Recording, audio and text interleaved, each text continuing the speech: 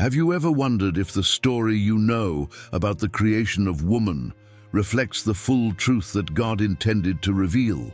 What if I told you that, hidden among ancient manuscripts, there lies a silenced figure, erased from collective memory, whose name has been whispered with fear by sages and mystics for generations?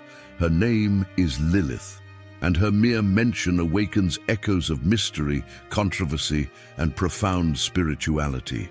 Leave your comment and tell us, do you believe there was another woman before Eve? Have you ever felt that there was something more to the Genesis account that we haven't been told?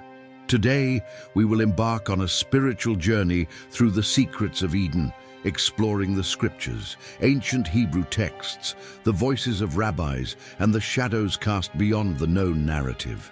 Because perhaps, just perhaps, Eve was not the first. And if that were true, it would change everything. In the first chapter of Genesis, we read that God created humanity in His image. Male and female, He created them. Genesis 1:27. No mention is made here of a rib, a deep sleep, or a sequence of events, only a simultaneous, egalitarian, complete creation. But in chapter 2, another version is detailed. God forms Adam from the dust of the earth, and then, seeing that it was not good for man to be alone, creates the woman from his rib. Two different accounts. Two ways of viewing the origin of humanity. For centuries, theologians and scholars have debated whether this is a stylistic repetition, a narrative deepening, or if there is something more hidden between the lines, something that points to a forgotten figure, to a woman before, to Lilith. Lilith does not appear in the Masoretic text of Genesis, but she emerges in the Talmud, the Midrash, and other Jewish mystical writings. In the alphabet of Ben Sirah, a satirical text from the 8th-9th century CE, it is said that Lilith was Adam's first wife. Formed from the same dust as he was, she refused to submit to his authority. When Adam sought to dominate her, Lilith uttered the ineffable name of God, the Tetragrammaton, and fled from Eden, flying to the Red Sea. There, according to legend, she joined with demons and gave birth to evil spirits. But this is not just a story of rebellion or punishment. It is also a story of identity, equality, and free will. Could this figure represent a part of the divine design that was hidden, a forgotten expression of the feminine image of God? In Hebrew, the name Lilith, Lilith, appears only once in the Bible, in Isaiah 34:14, in a dark and prophetic context. The wild beasts of the desert shall meet with the hyenas, and the hairy demon shall cry to his fellow. The owl, Lilith, also shall rest there and find for herself a place of rest. This mention has been translated in various ways: night owl, spectre, female demon.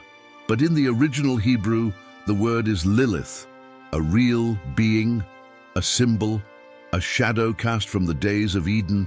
The fact that her name is embedded in prophecy suggests a spiritual presence deeper than we imagine, something or someone representing chaos, the hidden, the silenced feminine. Kabbalistic traditions and texts from the Zohar reinforce the idea that Lilith embodies a spiritual duality. In some writings, she is presented as a seductive force, an enemy of children and families, but in others, as an exiled, misunderstood, even protective figure. The question remains, was Lilith demonized for rebelling against the patriarchal structure of Eden? Or was she a spiritual entity embodying aspects of the human soul that we still do not understand? Saint Jerome, in his commentaries, deliberately avoided her name. Origen of Alexandria, on the other hand, spoke of fallen celestial beings wandering the earth, and some have linked these concepts to Lilith. Could she be among those beings? What is fascinating is that many ancient cultures mention feminine beings similar to Lilith. In Mesopotamian traditions, we find Lilu and Lilitu, nocturnal wind spirits associated with sexuality, fertility, and death. The figure of the goddess Inanna Ishtar also shares similar aspects. All this leads us to ask, Is Lilith a cultural echo of an archetypal figure that transcended the boundaries of time and religions? A spiritual truth veiled by centuries of theological interpretation. But what does this reveal to us spiritually? If God created man and woman in his image, what does that say about the ontological equality between them? What if Lilith's story is a warning about what happens when the harmony of Eden is disrupted? What if Lilith, in her refusal to submit, reflected a legitimate aspect of human will before the Creator? Or could her flight symbolize a break with divine design and the cost of walking outside God's presence? In Jewish tradition, after Lilith's flight, Adam is left alone.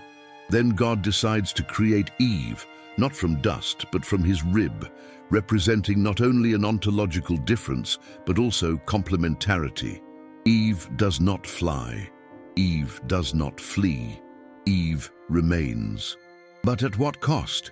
What if Eve represents the restoration of order after the chaos of Lilith? What if both together embody two aspects of the same feminine soul, the desire for freedom and the need for communion? On a spiritual level, the figure of Lilith confronts us with the extremes of humanity: light and shadow, love and rebellion, desire and submission. It forces us to look beyond the superficial text and ask, what did God truly intend to show by allowing this story to survive in tradition? Could Lilith not be an accident, but a mirror, a reflection of what we can become without divine direction, or a warning of what is lost when the bond with the Creator is broken? But there is also another path of reflection.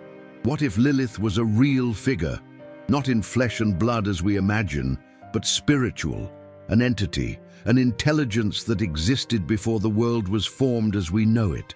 Some Kabbalists claim that Lilith is one of the husks, or klipo, of the tree of life. That is, a dimension that exists as a consequence of the soul's separation from its divine purpose.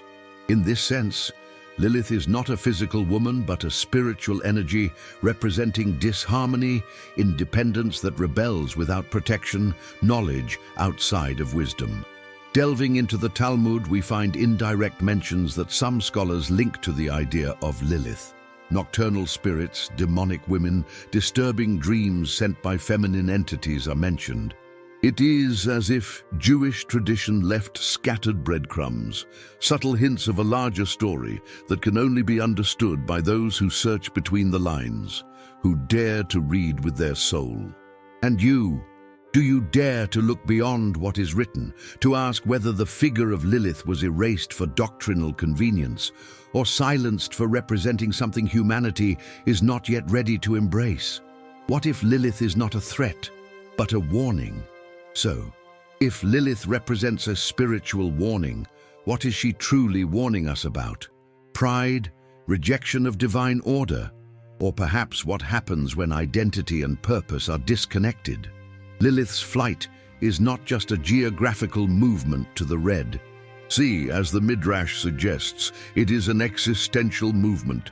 It is the image of the soul that, finding no place within the boundaries set by God, decides to fly, to decide for itself, to establish its own will, but in doing so, separates itself from the original breath that formed it. And when that happens, even the most beautiful creation can become a shadow.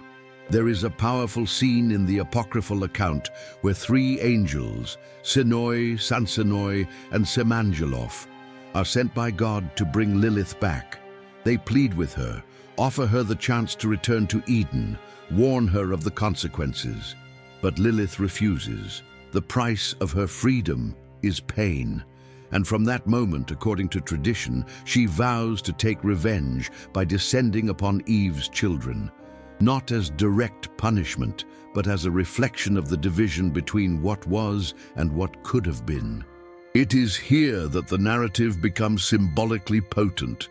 Lilith becomes a figure of spiritual interference, visiting newborn children, causing infertility, bringing confusion to men. Not because she hates life, but because she was separated from it. But can we imagine for a moment that all this has a deeper meaning?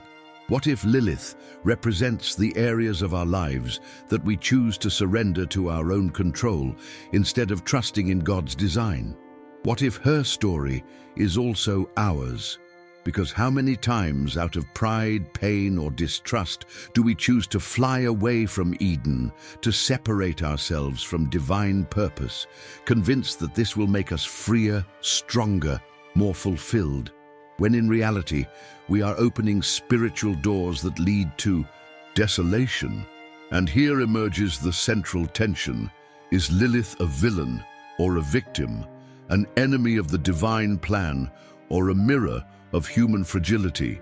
Many medieval texts portray her as an unrelenting seductress, a nocturnal spirit that disturbs dreams and destroys families. But others, especially in more modern mystical interpretations, see her as an image of the exiled, misunderstood woman, rejected for challenging norms that denied her equality, a symbol of the soul still crying out for redemption. Is it possible, then, that Lilith does not need to be feared but understood? In the deepest Hebrew spirituality, Eden was not just a garden, but a state of the soul. Perfect communion with God, harmony between the masculine and the feminine, unity of purpose. When Lilith separates, she breaks that unity, and chaos enters. The teaching here is not only historical or theological, it is deeply personal. What happens in our own lives when we break spiritual harmony, when we flee from God's design to seek our own voice, our absolute independence?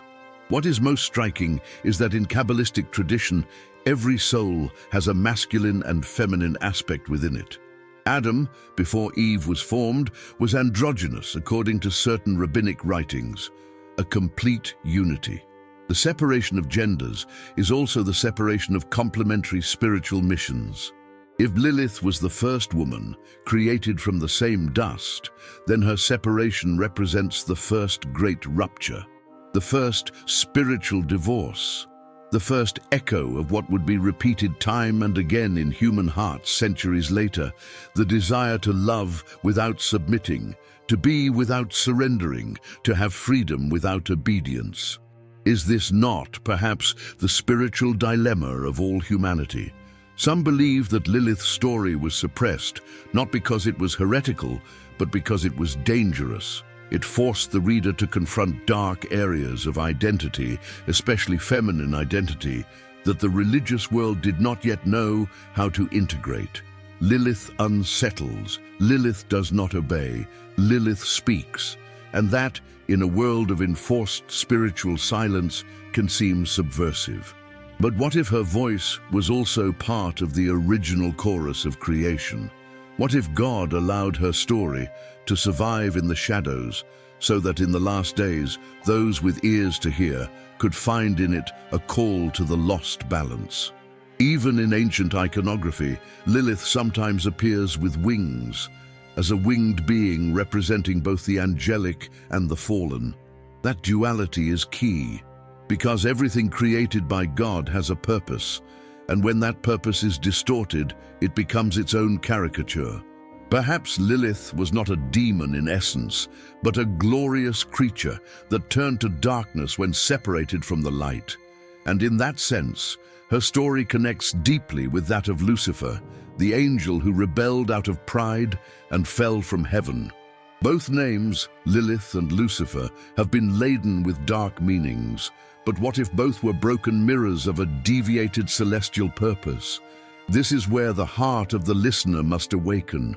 Because beyond the historical debate, beyond the hidden texts or mystical traditions, there is an urgent teaching. When the soul abandons its design, it becomes lost. And in that loss, it transforms. Lilith's story, then,